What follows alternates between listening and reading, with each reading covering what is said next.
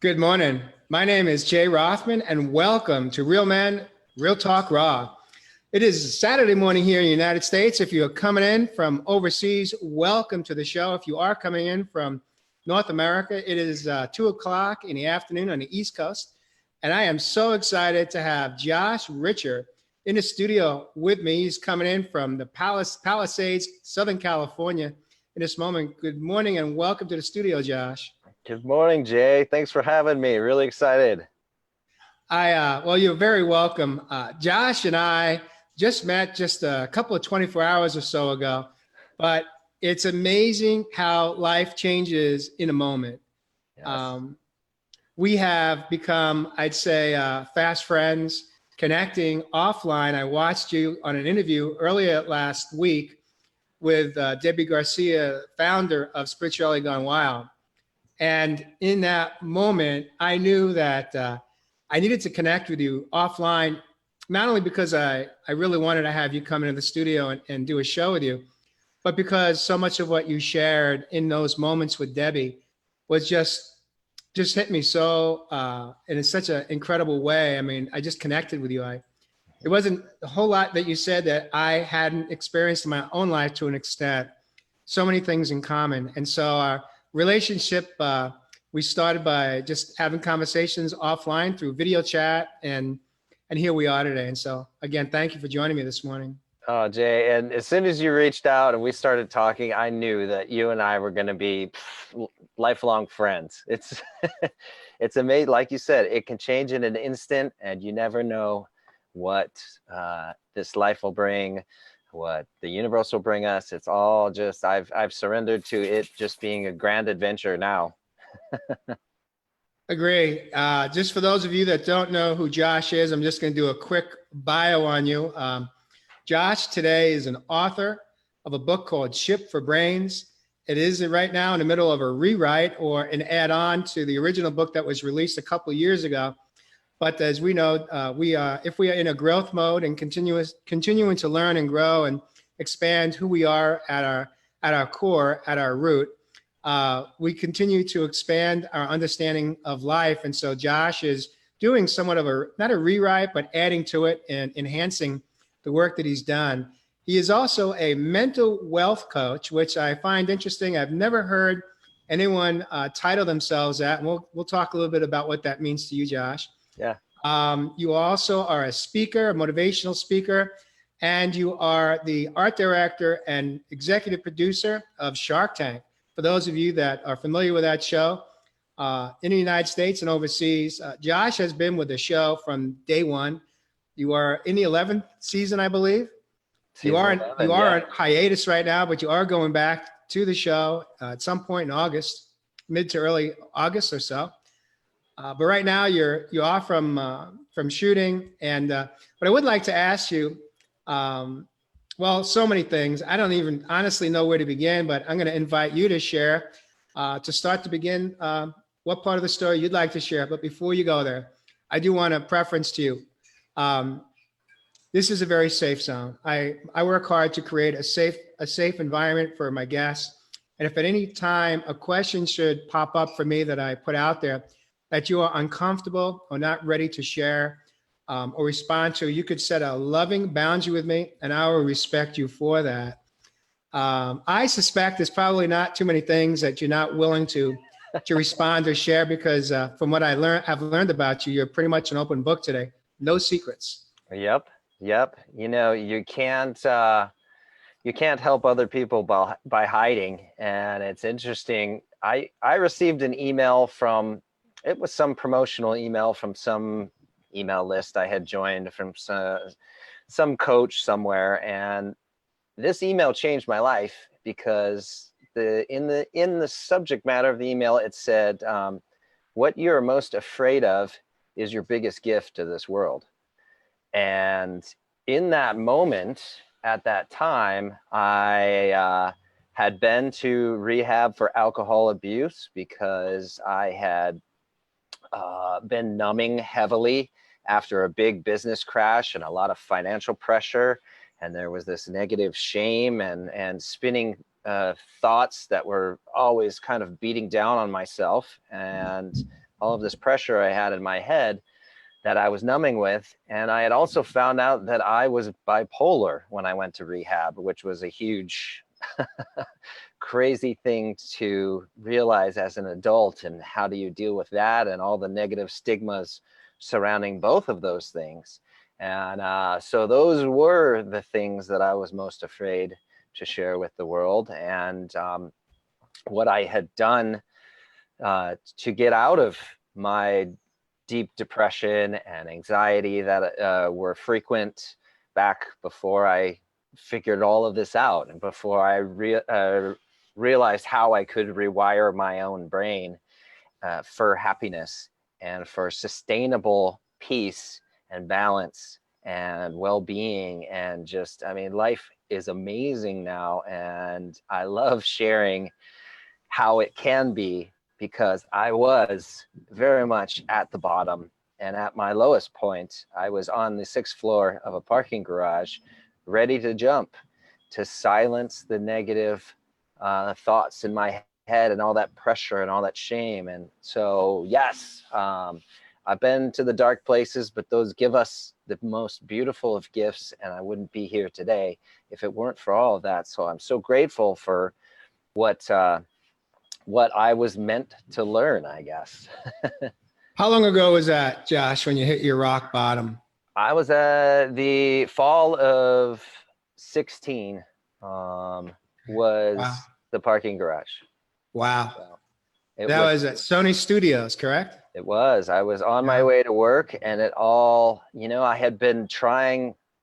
Work was the only thing, as my life became more and more of a mess financially, and I became more of a wreck stress wise. I mean, owing hundreds of thousands to investors for my tech business that I couldn't pay back, and you know, 50s of thousands to family members who invested in the company. And you know, all that pressure, just finally the pot boiled over, and I had driven to work, and I couldn't do it, and I just fell apart in the garage. And since I had failed work, I actually showed up 2 mornings in a row and couldn't work and couldn't go into work. And that it was that second day that I said, wow, I finally failed at everything. And we were talking a little bit about this earlier, but I had put so much of myself into TV as who I was. You know, Shark Tank was Josh, and I was a tech entrepreneur, and I was a, you know, TV art director. And so as those both started to unravel and fall apart, I thought I was done. And the only option after all that shame and all that failure was to silence the noise by jumping. Josh, I'm going to invite you just to take a moment here and take a nice deep breath and allow yourself in this moment to, because you're in it. I know when we go back and we share our story, we're right there. And so I want to take a moment just to honor you for having the courage to be here today, to step into the studio and to share your story, because although how you got there is not common, because not everybody's involved in a major successful TV show. However, when you were at the darkest moment of your life, when you were considering jumping or however you were going to do it, that is not uncommon. We have an epidemic of suicides in the US today. Depression is on the rise, and you know, substance abuse is on the rise, and people are numbing in so many different ways, through food, or even obsessively working out, or binge watching TV shows just to escape, you know. And it's our brains developed I've studied neuroscience now for 3.5 years, and I'm very passionate about the study of the brain, because that's how I regained control in my life again. And that's where how I create this peace daily within myself. But the brain developed during a much simpler time, over, hundreds of thousands of years. And so all of these modern things and social media and all of the pressures and the speed at which the daily life is moving today is too fast, and the brain can't handle it. So yes, everything's on the rise: suicide, depression, anxiety. And the modern world is triggering our brains, and people are struggling to, how can we deal with this in a healthy way, and how can we live balanced, happy lives, with all of these triggers around us. Josh, why didn't you jump? What prevented you from taking that last step of your life? Man, Jay, I walked about 10 paces back, and I took a running start twice and skidded to a stop right before. And it's funny, I've asked myself this question before too: what was it? And maybe it was that self-preservation piece, maybe it was a higher power. In that moment, I don't know. And looking back, I don't know either. But I am sure glad I didn't. And life definitely became worlds different, for sure. But it was a slow comeback. And it wasn't, even though it was fairly fast in my case, as far as once I started to rewire my brain, and the experiments I was running on myself, as they started to work, my turnaround was fairly fast. But yeah, it's a process. And I kind of had it all wrong. I thought there was going to be some big aha moment. I had actually studied success. I was part of Peaks Potentials group. I don't know if any of you guys know them, but I had been sort of this voracious consumer of self-help for most of my 20s and 30s, or late 20s and 30s, for about 10 years. And I was always seeking this big aha moment of change, and that maybe that one thing that I would learn that would turn it all around. And so, yeah, when I crashed, I was even that felt like a massive failure. How could somebody who studied self-help so much crash? And that's because I was expecting something big that would change me, and a big aha. And what ended up working, and what I built my successful, mindful practice, my beautiful, happy, grateful life, is the culmination of a lot of little things. And so it's not a big change that will turn you around in life. It's actually changing a lot of little habits, changing the dialogue in your head, and changing the way that you think about things, the way you respond to life, and the way that you react, and gaining control over your reactions in life, and tweaking those slightly and adjusting your thinking. Doing that throughout your day and throughout the week, and then on weekends, and making a practice of sort of watching your thoughts and watching that dialogue in your head. That's the game changer. And that's when I got a handle of that, man, my life changed in huge ways. Yeah. And that's actually why I wrote the book, is because so Okay. many people asked, like, what did you do? What happened? What was this turnaround? Because it was fairly quick, and my friends were just floored. What do you think was the game changer for you? When did the light go on? When did you have that awakening, that clarity, that how you interpreted life, and how the choices you were making based on what your thoughts were telling you about yourself, for yourself, by yourself? What was that defining moment, that moment where everything lit up? I think it was after the month of self-love. We talked about this on Debbie's show, but after my lowest point, when I left the parking garage, I actually went to rehab, and I couldn't afford more than a week. They wanted me to stay, but because of all the business debt I had, I could only stay for a week. And so when I left, I wasn't any closer to figuring all of this out. But I tried an experiment, and I had read a book years prior about an entrepreneur who had a big crash, and he was up in Silicon Valley, and he did this practice where he told himself he loved himself all day, every day, for a month, and how his life changed. And I realized that with all of this negative dialogue going on in my head, that I'd put a lot of pressure on myself, and probably some undue pressure. And at this point, I was at my lowest. And self-compassion was the one thing I hadn't tried.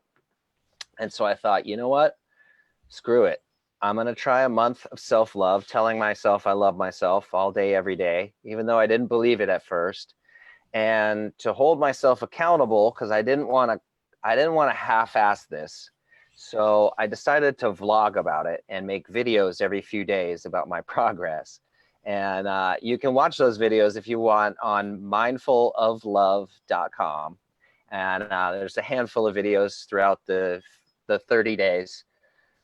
But man, Jay, that self-compassion really unlocked something in me. And there started to be lightness in my life, where there used to be all this pressure and all of this negative self-talk.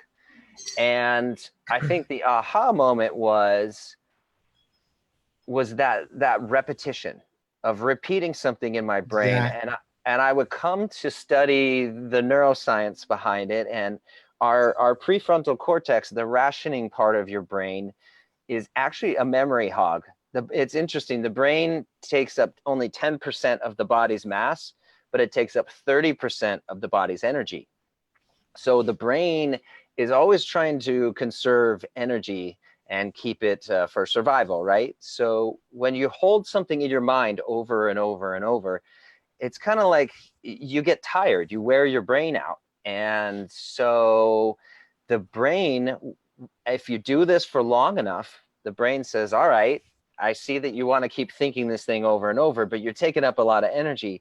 So it commits that to deeper parts of the brain that are controlled with automation. So it's this cool little secret hack in your own mind. So by repeating something over and over, and it takes about 23 to 30 days, is what all the science that I've read behind it is around about that time, that the brain will automate it for you. Yeah. So I got a couple of questions on that, Josh. If I may jump in here for a sec. One is, what is your definition of self-compassion? Because that's a word that we don't hear too much. We hear a lot about self-care and self-love.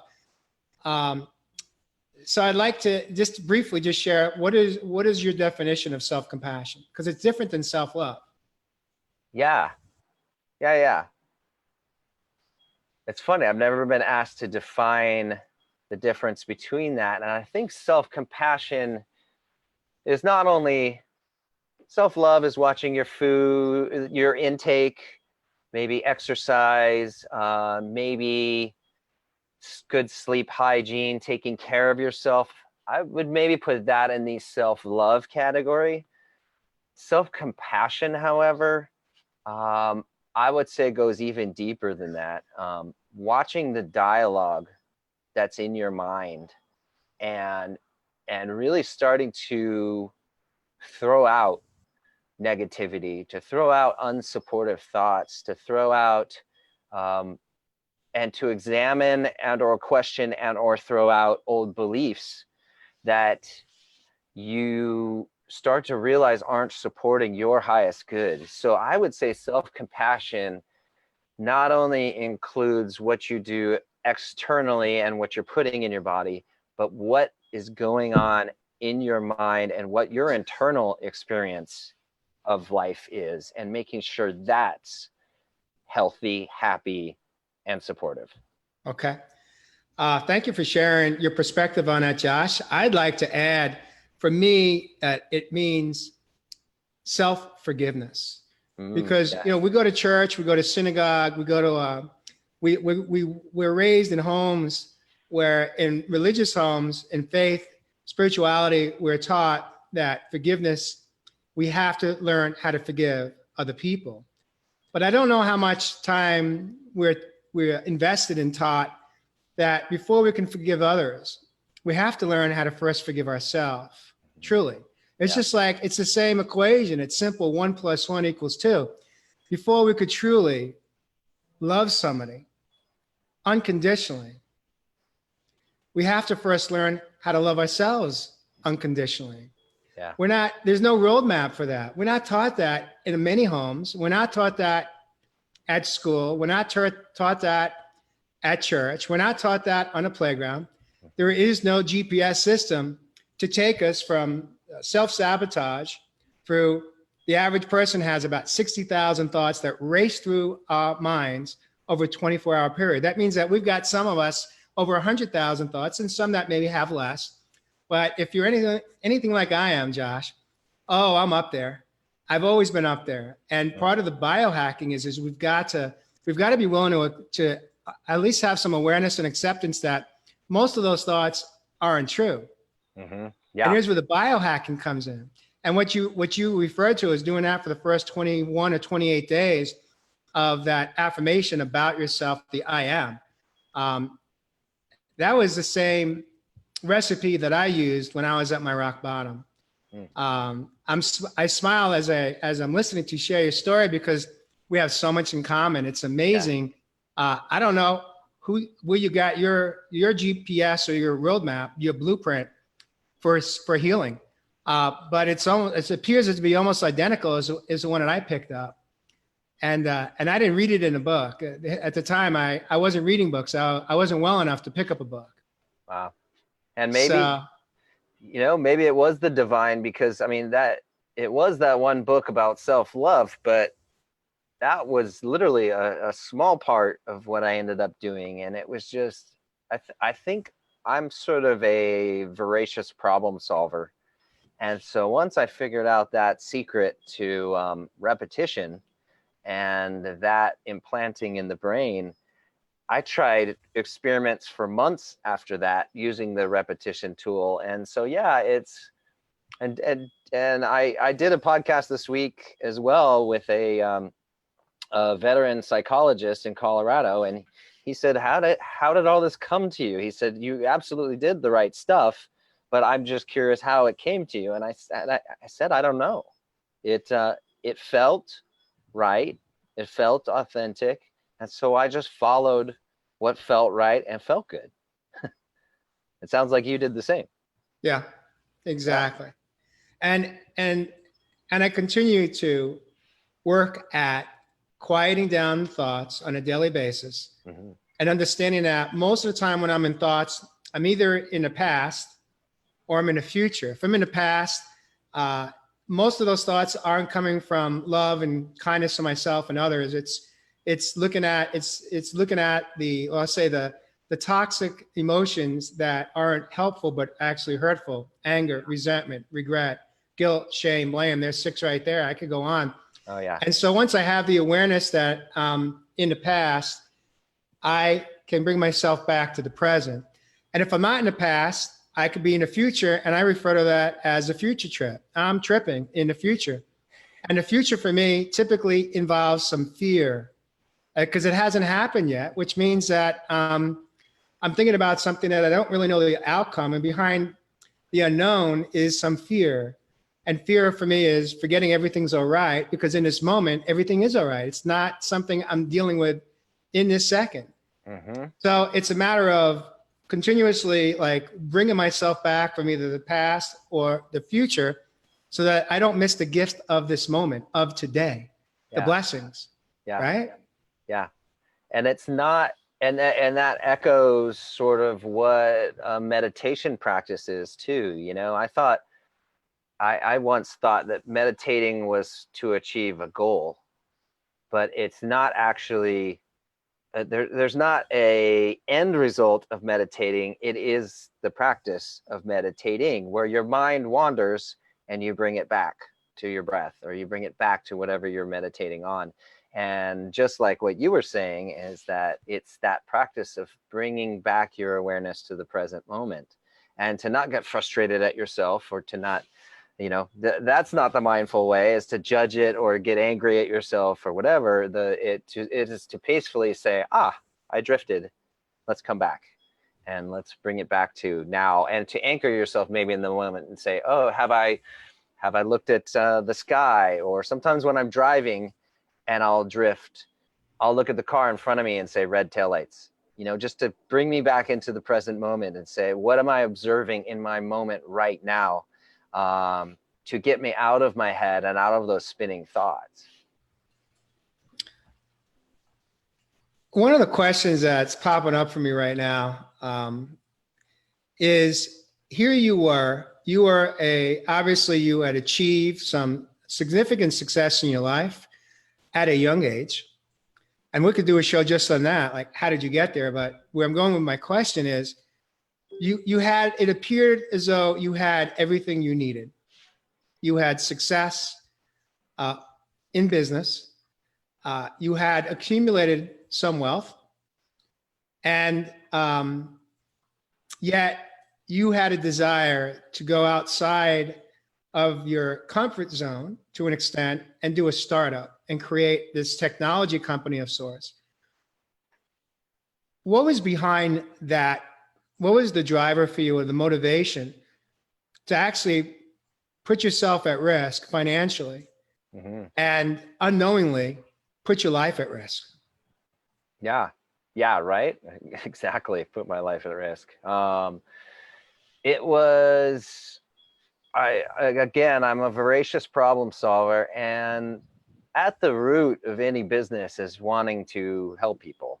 And so I was very passionate about that. And that's what, it's funny, if you're into a business just for money, when the hard times happen, you're not going to be able to carry yourself through the difficult times when you hit walls and when you hit roadblocks and things like that, unless you're in it for a reason. And my reason was to help hundreds of people or hundreds of thousands of people around the world through our tech business. So it was from a good place and a good heart, and I really was drawn to help people. I just didn't know. It's funny, as that business crashed and I was on the phone with my mom probably, maybe 2 years ago.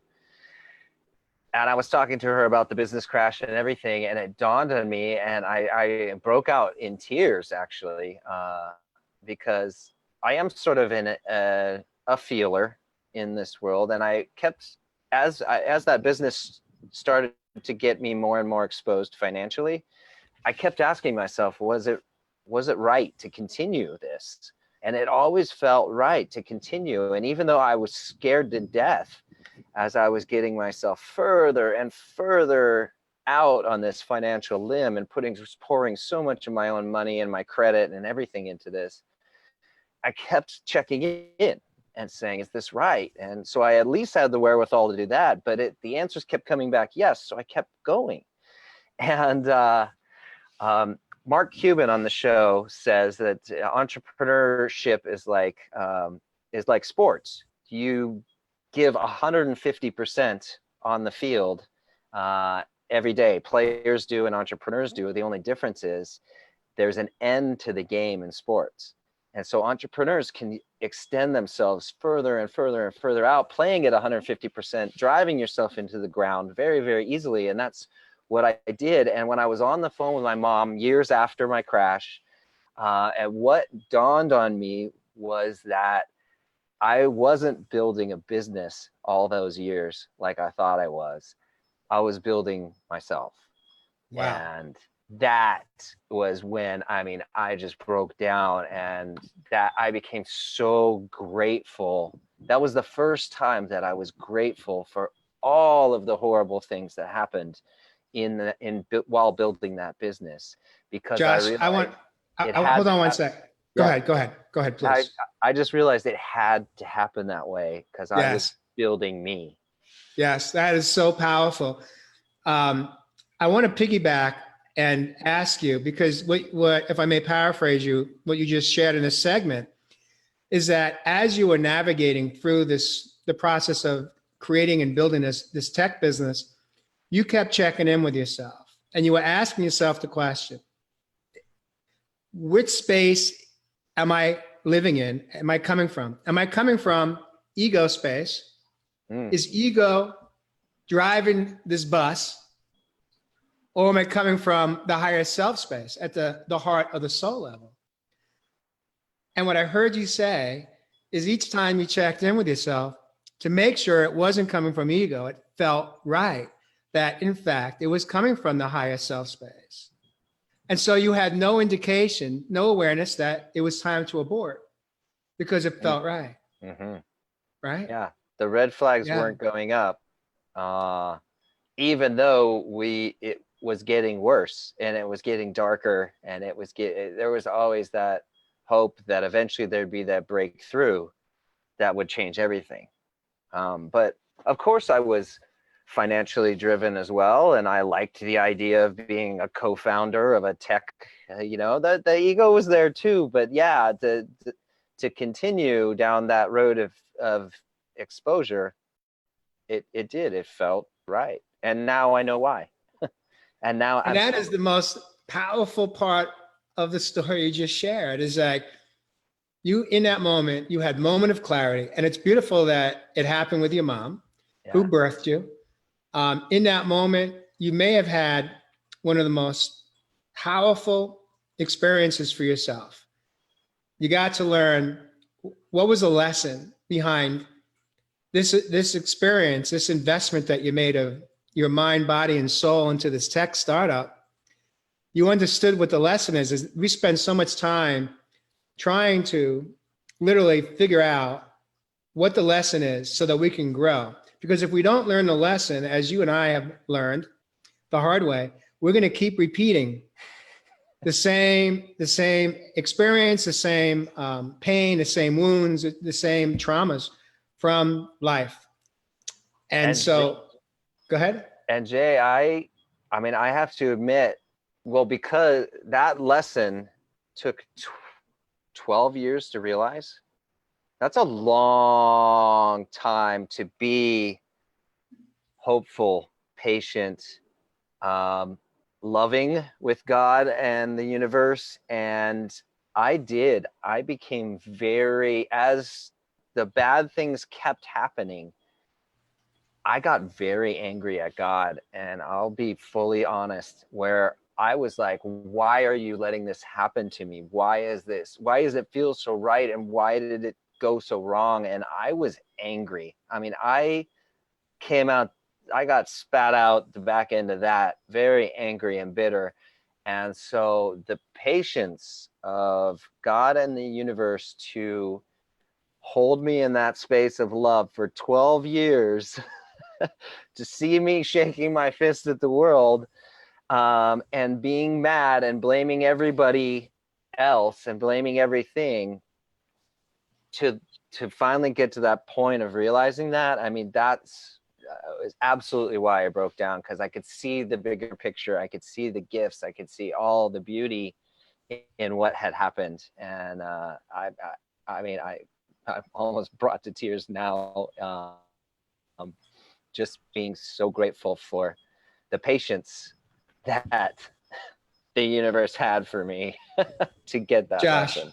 How did your life change in that moment? Emotionally, mentally, physically, and spiritually. Once you had the clarity of what you needed to learn. In other words, it didn't happen to you. It happened for you, right? For me. But how did your life change in that moment? I mean, I was filled with such deep appreciation and deep trust in the universe, and trust in a higher power, and trust that there was someone there with me the whole time. And that deep trust that I was being watched, being guided, being taken care of, even throughout all of that bad time.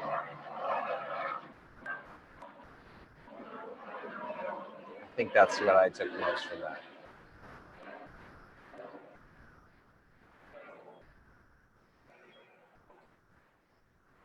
We use the word a lot. The word I'm thinking of and feeling right now is grateful. Yeah. Speaking that word is very different than feeling the energy behind that word. Can you describe to me what feeling gratitude feels like for you? Well, I do a daily gratitude practice, a daily gratitude list every morning, and I write down 10 things I'm grateful for. And I have to remind myself as I'm doing the practice to really feel the words that I put down and to feel gratitude and what gratitude feels like for me.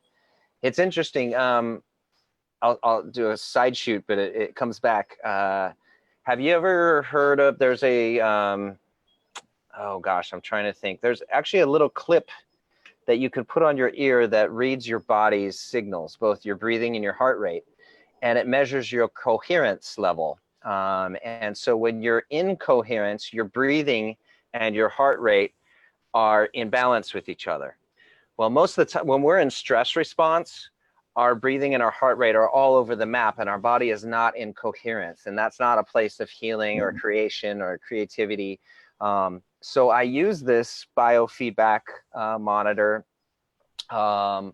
when I look at my vision board, or sometimes I'll meditate with it. And it's just a nice tool to see where you're at. And the really beautiful thing, Jay, is if I want to drop into coherence quickly, I wrap gratitude around that moment. Or my gratitude is this secret. And it's so funny because it has like a red light is like you're in total out of coherence. Blue means you're getting closer, and green, and it has a little audio cue. So I can just have the phone set down. The phone is actually an app that reads it off this feedback thing.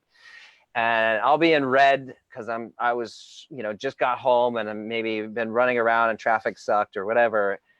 And I'll just all of a sudden just drop in and become grateful for something. And then boom, it goes green. It's so crazy. And gratitude is the secret sauce of the universe, this special tool. And so when I feel grateful, it's like my heart gets warm and full. And I get this little tingling on my nose because I'm grinning from ear to ear, and there's a little pressure right here, and it's that just taking it all in and saying thank you for this beautiful moment, or for whatever you're wrapping your gratitude around. I like to say gratitude's like duct tape. You can apply it to anything. Have you ever been in a moment when you are having that tingling sensation and that warmth surrounding your heart? Have you ever been brought to tears? Oh, Tears of total joy? 1,000%, multiple times. Yes, yes, yes. Just allow yourself for it just to wash over you completely, and just to stay in that moment of deep, deep gratitude and let it just flood you. Oh, yes, I have been brought to tears many times. Yes. Mm-hmm. I'm saying yes, I'm affirming it because that's the experience I have. And it doesn't happen every day, but it happens on many days. When I'm in my spiritual practice, I start each morning off my first non-negotiable. My number one non-negotiable in my life is self-care. And I found that for me, doing it in nature, being in nature is where I get to have that experience of connecting with myself and for myself and with the divine. And it happens along the trails in North Scottsdale. I hike every morning, 365, whether it's 102 degrees out or it's 62 degrees out. There's nothing that's going to get in my way or block me from having that blessing. And many days I'm in song, I'm singing, I'm doing meditation, I'm praying. All this is going on while I'm hiking these trails, going to the peak.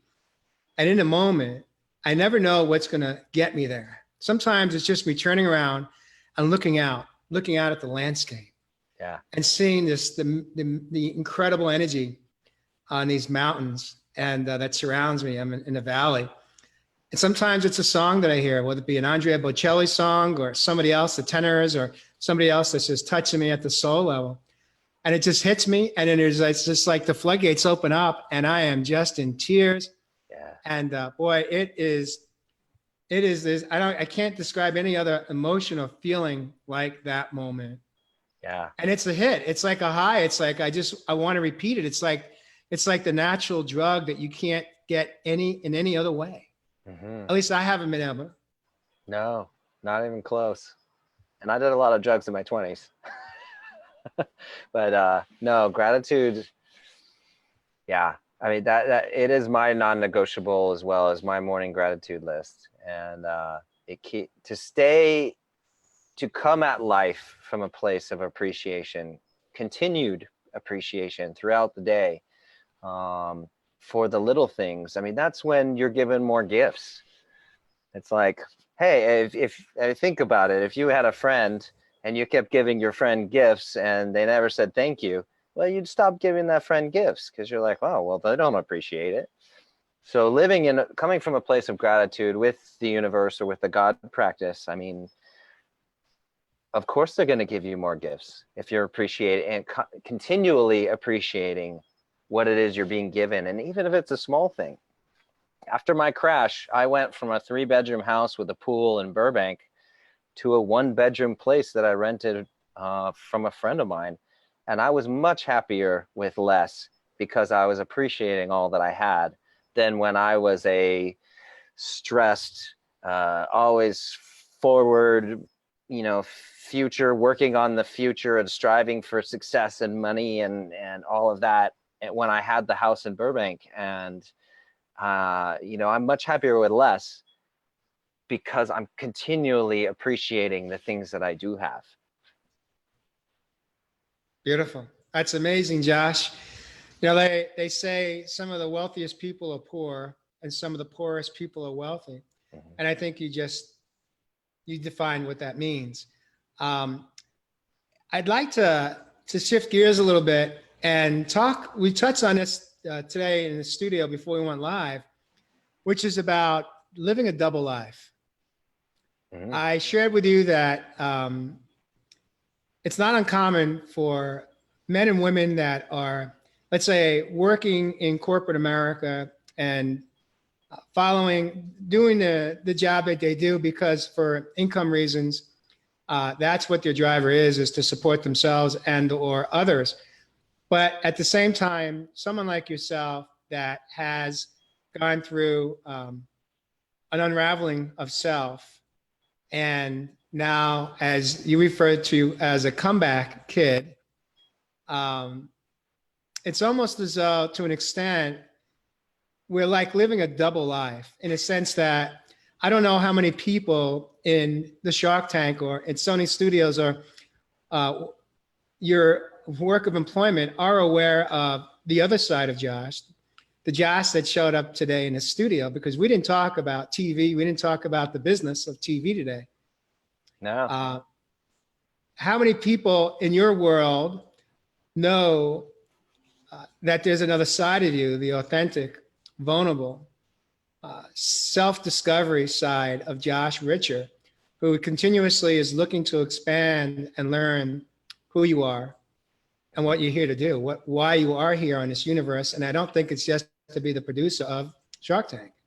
No, it definitely wasn't. In fact, that's going to be a small part of my story as I grow and follow where I'm being guided and being used as a tool to help teach and to help others grow and to help guide. So yes, I accept that role 1,000%. And as that has gotten further from entertainment and television, there's generally not a lot of deep self-awareness in TV. And I'm not saying anything about any of the people personally. I've worked with some amazing and wonderful people, and I've actually had a better experience than I expected 18 years ago when I moved out here to get into TV.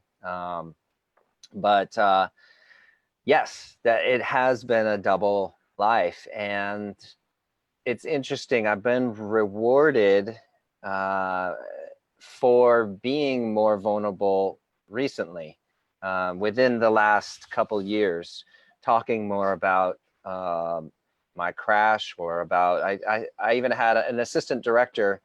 We were having a casual chat as we were both packing up our things on a show that I was working on a few years ago, and he said, what are you going to do this weekend? And I said, and it's funny, my first thought was to just kind of keep those lives separate and say, oh, not much, I'm just going to hang out.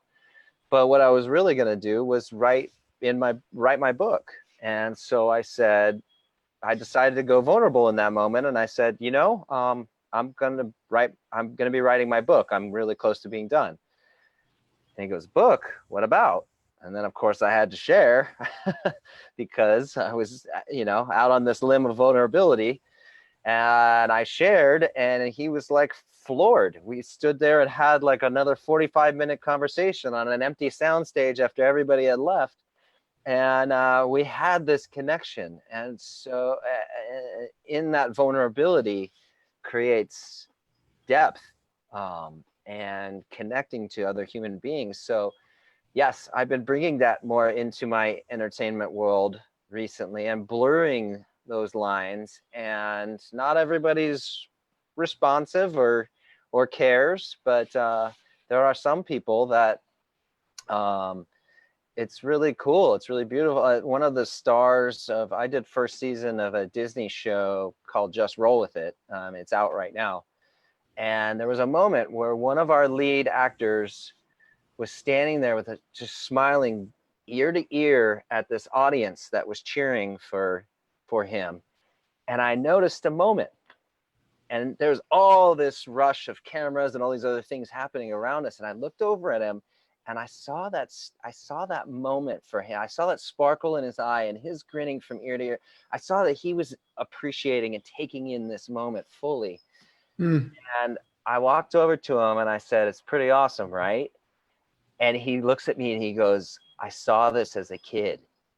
And I said, you saw this moment right here? And he said, yes, I saw this as a kid. This was why I kept working for years and slogging it out as an actor. And he goes, it was this. And I'm getting chills just even telling the story again. But it's being human, and it's walking over to him in that moment and recognizing how a beautiful moment that he was in. And so, yes, I'm really finding that blurring those lines now is just, it's created some really beautiful moments in entertainment that otherwise I would have completely glazed over. That would not have happened. You refer to them as moments. I love to refer to them as connecting at a higher level, let's say soul to soul, as opposed to ego to ego. Yeah. Because there's a lot of ego out there. Believe me, I lived in it. I was one of those guys. I had a very successful career in restaurant design, and I'm still in it. But I'm blurring the lines. I'm crossing over big time, baby steps. But each time I test the waters, let's say with a client of mine, and it's not that many clients that are aware of the work that I do outside of providing restaurant interiors to them. But for the most part, the ones that I have opened up and been vulnerable with and shared who I am at my core today, who I am is not what I do. Who I am is the work that we're doing here right now, having this conversation. Mm-hmm. My career used to define who I was. Yeah, me too. And today, what I do defines who I am. And it's a big difference for me because most of the work I do right now, I don't get paid for. I do 3 shows a week. I show up and I pay it forward by having these incredible conversations like we're having in this moment. And hopefully somebody in a country somewhere hears something today from you, from our conversation, that hits them right where they need to be hit so that they begin to awaken or have the courage to change and improve their own life. Mhm. But it's a beautiful thing when I know for myself, when I open up and I share with a client of the work, the type of work that I do, the coaching work that I do, the shows that I do, the blogging that began my healing journey when I started to blog and share my healing journey along the coastline of Huntington Beach, California, where it all began for me. And eventually writing a book. Right now, I've got a book that just was released this week. Today is actually the official publishing date, and as a co-author. And it's life just keeps changing and evolving. And it's not because I'm in it self-willing it. It's because I'm just showing up in it Yeah. and allowing it to unfold. I'm not sitting home praying for it. I'm actually showing up and doing the work, but I am not relying just on my own thoughts on how to do it. I'm listening for the answers to come from not in my thinking, but from within, at the heart level, at the soul level. And Does that we sound spoke, familiar? yeah, absolutely. And we spoke earlier too, and how you have a beautiful moment, you know, through that. You got some amazing answers this week on some really beautiful things you've been working on. So it's that trust and surrender were really hard things for me. And I think it's pretty common for us guys to, you know, if the square peg doesn't fit in the round hole, you break out the sander and then cram it in there and jam it the rest of the way with a sledgehammer until it fits. You know, it's and or at least that's how I was. I was trying to bend life to my will and make happen everything that I wanted to happen. And it was through sheer effort, and it was exhausting. It was absolutely drove myself into the ground. And trust, surrender, coming from that place of, you know, like you said, not knowing where it's going to end and being okay with that, and just being in each moment along the way of that process of discovery. And it's a discovery for myself as well. You know, I don't know where all of this coaching is going to lead or where the book or anything, but it feels right. And it feels good to be doing this. And it feels good to be sharing something that could help somebody else. So I'm going to trust in this process and keep going, and doors keep opening. And it's so much easier than my tech business was. Whereas the tech business, I could equate it to an analogy I used. It was like being shot and bleeding while dragging a dead body through the mud. It was just through sheer effort and will as a human being to move that project along.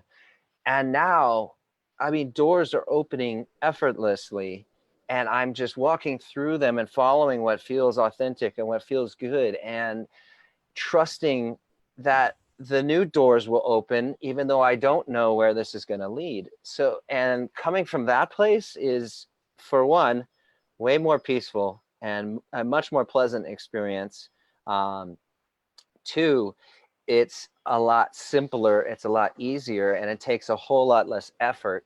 And then I'm able to then focus on taking care of myself, that self-care, and rather than stressing and having all these all-consuming fears of trying to control the world around you, it's created more peace inside my mind, I think, is what I'm trying to Beautiful. say. Yeah, well, There you was, said it well. You said it well, Josh.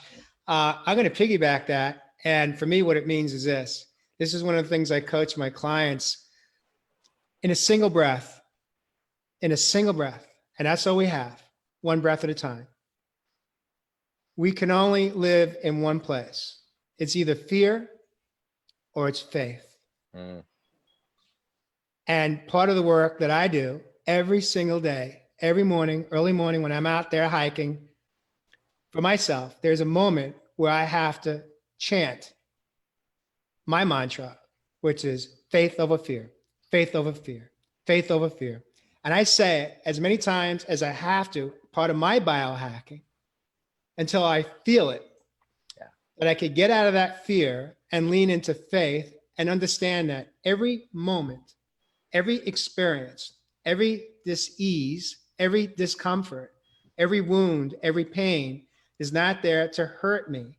It's there to teach me. Teach us. And even when things don't go the way I want them to go in the moment, and everything doesn't go the way I want it to go, I have to be willing to trust that it turned out that way because I'm not ready for what I thought I may be ready for.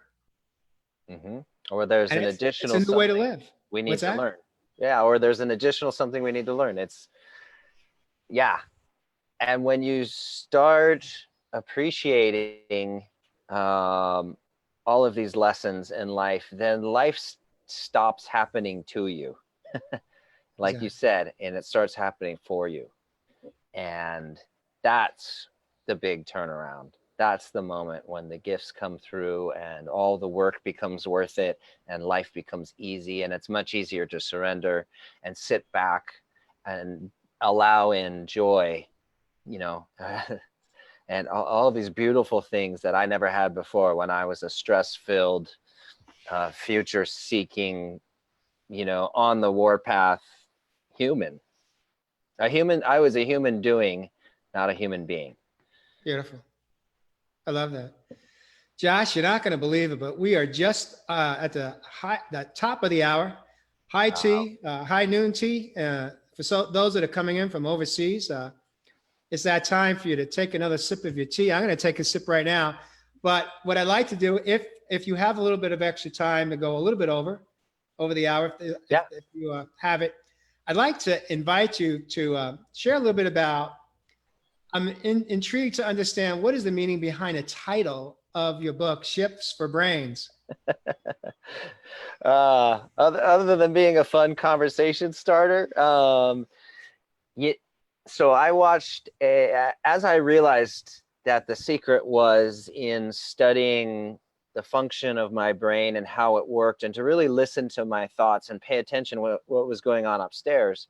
I realized that prior to this, when I was a human doing, I was trying to control all of these uncontrollable things in my life, and life never, as if or even ever, really turns out exactly the way we expect it to. Yet back then, I still kept expecting that I could produce these things in life and make life bend to my will. So the book is called Ship for Brains because I watched a TV show about cruise ships, and cruise ships are such large objects that they're susceptible to the winds and the waves of the ocean, currents and ocean breezes. And that's much like life. There are these elements outside of us that we can't control.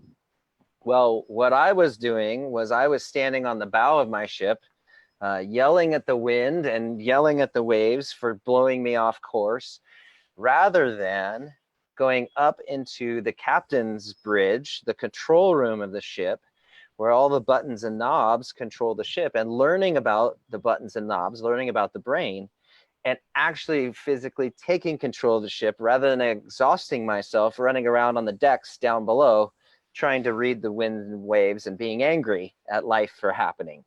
And so I equate the book. That's how I got the title Ship for Brains. And then there's also this thing in your mind. The show was talking about too that actually the captain of the ship, the ship is off course most of the time while going to its destination because it's being blown off course by the wind and the waves. But the captain is actually course correcting little bits often.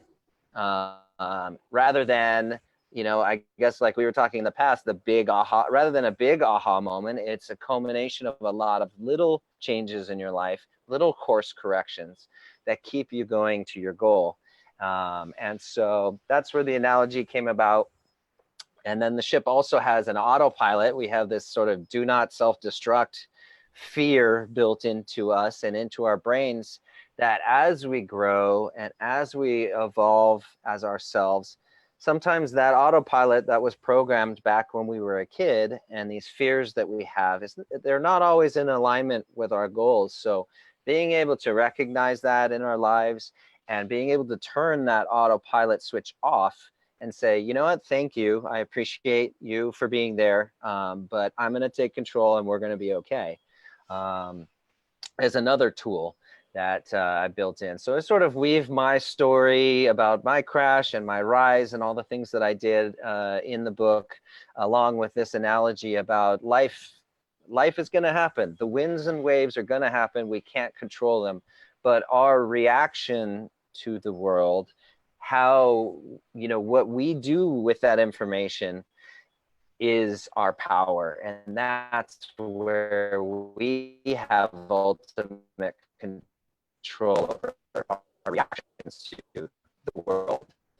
So that's pretty much it. It's fun. I'm really enjoying the writing process and the rewriting process, and it's going to be a much stronger product. And it's funny, it's fun. I built some lightness in there because it's your subject matter. So it's very playful, approachable. Hey, Josh, one sec. Josh, something's happened to audio here. Can you hear me? Can you hear me? Hold on one second. Yeah, I'm experiencing some breaking up too. Hold on one second. I'm going to take you off of one of my audio and see if I can self-correct this. I'm going to change the direction that the ship is on right now. Josh, can you hear me?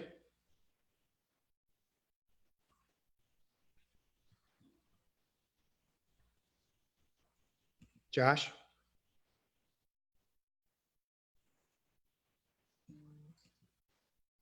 Josh, can you hear me? Well, it looks like I've lost Josh. I'm going to see if I could correct this right now.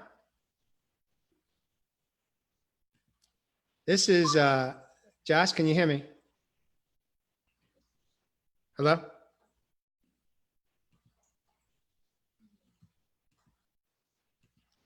You there, Josh? What I'm going to do is I'm going to take Josh out of the studio and bring him back in.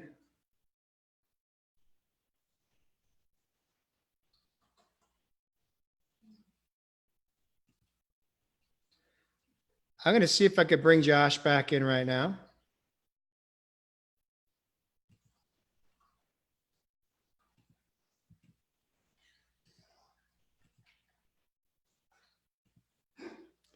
Josh, are you with me?